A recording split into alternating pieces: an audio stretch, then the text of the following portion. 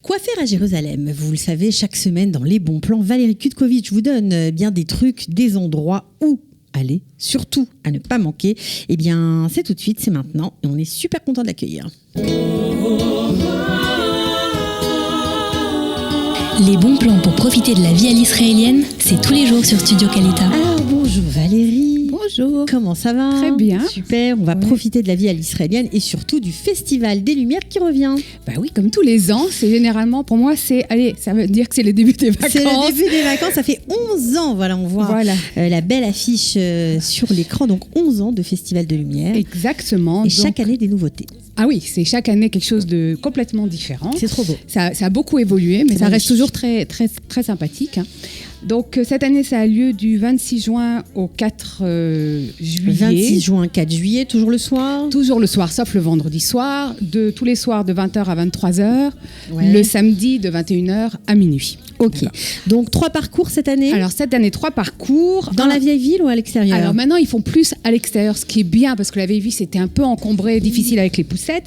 Donc vous avez un parcours rouge qui est dans la vieille ville, un parcours vert qui est de Kikar Tzion vers la porte de Damas. Exact. C'est un spectacle qui vaut le coup, la porte de Damas, parce que c'est vraiment tout est éclairé. Enfin, ça c'est très beau. C'est beau. Ouais. Et le parcours bleu qui est dans l'autre sens, donc de Kikar Tzion vers le parc Davidson, donc vers l'extérieur. Davidson, c'est dans la vieille ville, dans la vieille ville, mais on arrive par l'extérieur. Donc on passe par les remparts, l'église de la Domination, etc. Et pour ceux qui ont un peu peur de la vieille ville, c'est sécurisé? Là, c'est très sécurisé. Il faut le dire parce que certains ont peur. Non, c'est très sécurisé. Il n'y a aucun problème. Sachez que en 3 heures, c'est difficile de forcément tout faire. Ils distribuent des cartes généralement à Jaffa Gate, donc à la porte de Jaffa. Ils distribuent des cartes, des plans avec ce qu'il y a. Prenez-en, regardez, faites votre propre parcours. Sachez que dans la vieille ville, enfin surtout dans la vieille ville, on peut pas passer partout. Ça, c'est pour les super organisés. Voilà. Mais pour ceux qui sont un peu détentes, qui ont envie de profiter, sans forcément planifier, on marche dans la ville et puis on va voir forcément. Non, après, on peut suivre suivre le parcours. Tout à fait. Voilà. Bon, ça, c'est chouette. Y a-t-il des visites organisées? Voilà, c'est la 2e année. Donc, depuis l'année dernière, si les gens veulent vraiment apprendre plus, avec un guide, pour en apprendre plus sur chaque spectacle, d'où viennent, parce que ça vient, il y en a du monde entier. Il y en a de la France, il y en a de l'Italie, il y en a, chaque chose. On en prend plein les yeux, les enfants sont au top. Franchement, plutôt que d'aller au resto, sortez-les et emmenez-les voir le Festival des Lumières. C'est chaque fois différent. Ah, c'est jamais 2 fois les mêmes choses. Vraiment, ça vaut le coup. Il y a beaucoup de projections, de spectacles. Alors, puisqu'on parlait des enfants et des ados, qu'est-ce qu'on peut faire avec nos ados cet été, Valérie? Parce qu'il y en a qui craquent, je dois bien le dire. Oui, on a tous des ados qui ont 2 de tension. Et c'est pas ça, mais disons que leurs préoccupations sont bien loin des nôtres. Voilà, alors pour ceux qui ne savent pas encore quoi faire, qui n'ont pas encore de programme, etc., on en avait parlé l'année dernière, mais l'initiative se répète.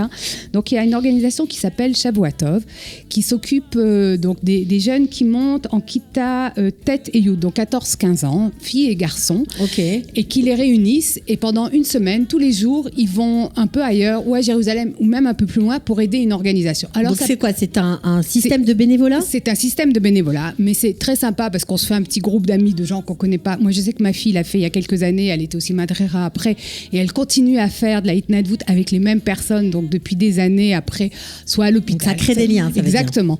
Et donc, on va soit dans une organisation qui s'occupe d'enfants, ils vont faire de l'agriculture, aider un paysan, un agriculteur. Voilà, exactement, à faire des travaux. Enfin, tous les jours, il y a autre chose. Parce que d'après ce que je comprends, on peut s'inscrire seul. On n'a pas besoin d'être à plusieurs, d'être avec des copains, même si on est tout seul, qu'on connaît personne, qu'on a envie de faire du bénévolat.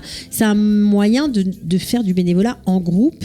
Avec des gens exactement de son âge. Moi, franchement, on a envoyé plusieurs personnes là-bas. Ils sont tous revenus hyper contents. 14 au 18 juillet, 28 juillet au 1er août. Voilà, il y a 2 sessions de 15 jours. Il faut savoir que ça se dit aussi sur Modine et je crois sur Beth Shemesh, ils ont fait ça aussi. Et bon, ça permet pendant une semaine de faire quelque chose. On est occupé toute la journée et puis on fait du bénévolat, donc c'est bien.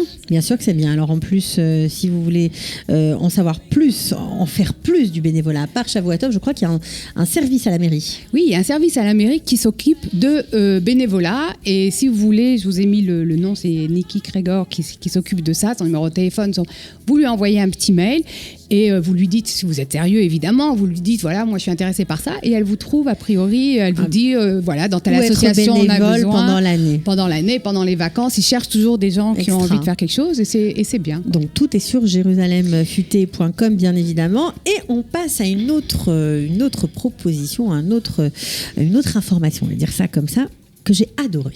Voilà. Mais je ne sais pas si on va avoir un petit peu de musique encore, peut-être, non ? Bon. On monte le son, voilà, ça nous fait plaisir, c'est presque les vacances, donc on en profite. Donc une action sociale magnifique qui nous vient de Tel Aviv. Alors, ça existait aussi à Tel Aviv, et il y a 3 étudiants qui ont décidé de faire ça également à Jérusalem. De quoi s'agit-il ? Alors, ça s'appelle Mekarer Yehuda. C'est l'installation d'un frigidaire à côté de Mahane Yehuda, donc sur Agrippa, au numéro 111, à côté du café Power Coffee Work. Donc, je répète, Agrippas numéro 111, voilà. Il y a un frigidaire qui sert à quoi ? Eh ben, les gens qui ont des restes, parce que voilà, Shabbat, on a fait un peu trop, ou qu'on en a marre, ça fait 15 jours qu'on mange la même salade, etc., qu'il en reste encore un peu. Les gens, n'importe qui peut venir déposer dans ce frigidaire des denrées alimentaires, et n'importe qui peut venir en chercher. Les gens qui n'ont pas forcément de quoi manger ou assez. Et ils l'ont fait à côté de Mahane Yehuda, parce qu'il y a aussi des gens de Mahane Yehuda qui, à la fin de la journée, ils laissent leur reste dans le frigo.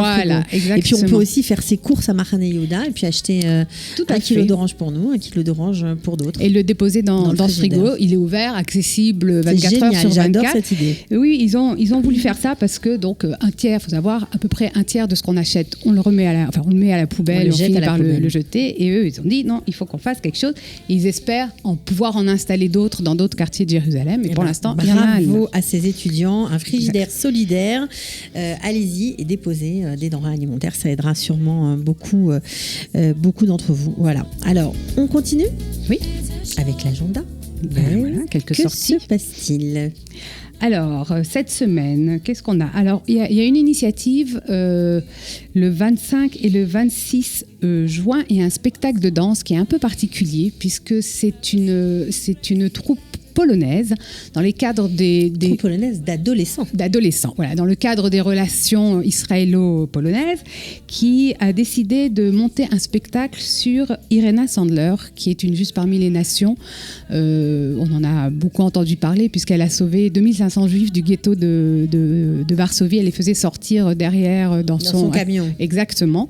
Et donc ils ont décidé de monter un spectacle et de venir le présenter en Israël. Ils viennent à Tel Aviv. Ils y seront donc le 25 et le 26 juin à Jérusalem, à la salle Le Pavillon. Donc, je vous ai mis les liens. Voilà, je vous ai mis les liens pour aller voir. D'accord. Le 30 juin, Yom à Tsarfouti, on en a parlé, on les a reçus ici, les Lions Club. On leur souhaite bonne chance. Voilà. Il faut s'inscrire pour pouvoir constituer une équipe. Ce sont des matchs de 8. Donc, si vous êtes 8 copains, vous pouvez vous inscrire, participer à cette journée foot merguez.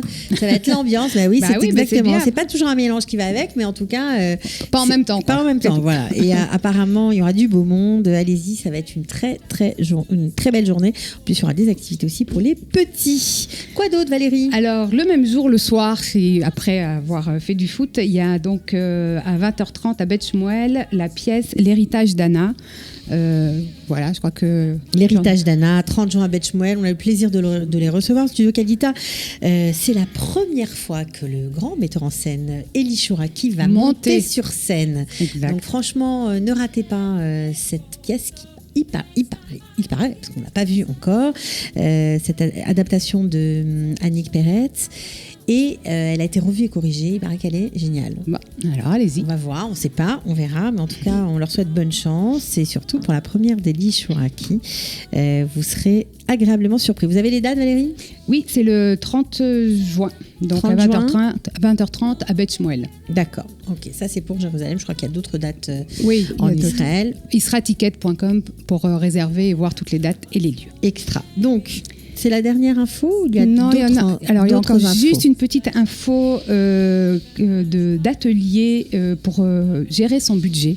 Valérie Alphon, qui est connue pour écrire des livres et donner des astuces, comment gérer son budget, comment faire les courses, surtout pour les Olim Hadashim qui viennent et qui ne sont pas forcément très au courant de comment ça se passe ici, etc. Donc, elle donnera trois ateliers à Aroma les mercredis 3, 10 et 17 juillet de 19h30 à 21h30. Il faut s'inscrire, je vous ai mis les liens aussi, mais profitez-en parce qu'il n'y en a pas souvent à Jérusalem. Donc on en profite. Donc voilà. Bon, alors là, on va pas du tout respecter les consignes de Valérie Alphon, mais on m'a dit que vous aviez découvert un endroit magnifique où on mangeait des desserts extra. Oui, grâce à ma fille Noémie. Ouais, voilà. Donc à la Tahana Rishona, il y a un nouveau petit stand au milieu qui s'appelle Miss Brown et qui fait du tiramisu. Alors le tiramisu, on connaît tous. On va voir les photos, je crois. Hein. Oui. On va être obligé de voir les photos. Ouais. Ah, oui. Voilà, je me suis lancée, j'ai goûté pour vous. Voilà, donc il y a le tiramisu classique qu'on connaît tous, donc les gâteaux avec la mascarpone et le café. Okay, mais ils font ça à d'autres goûts. Alors il y avait banane Nutella, chocolat blanc, noix de coco. On a goûté ces deux-là, ils sont très bons. Il y a Kinder, Spéculoos. C'est tout nouveau, c'est un endroit nouveau. Ça vient juste d'ouvrir, c'est très sympa, c'est vendu dans une petite boîte, en plus c'est très joli. Et c'est très bon, alors allez-y, pourquoi pas. Et puis passer à la Tahana Rishona, franchement, il y a toujours des concerts, il y a toujours plein de choses. On finit sur cette petite note sucrée. On se retrouve la semaine prochaine. Ok, salut. Au revoir. Jérusalem futée, la ville où il y a toujours un truc à faire.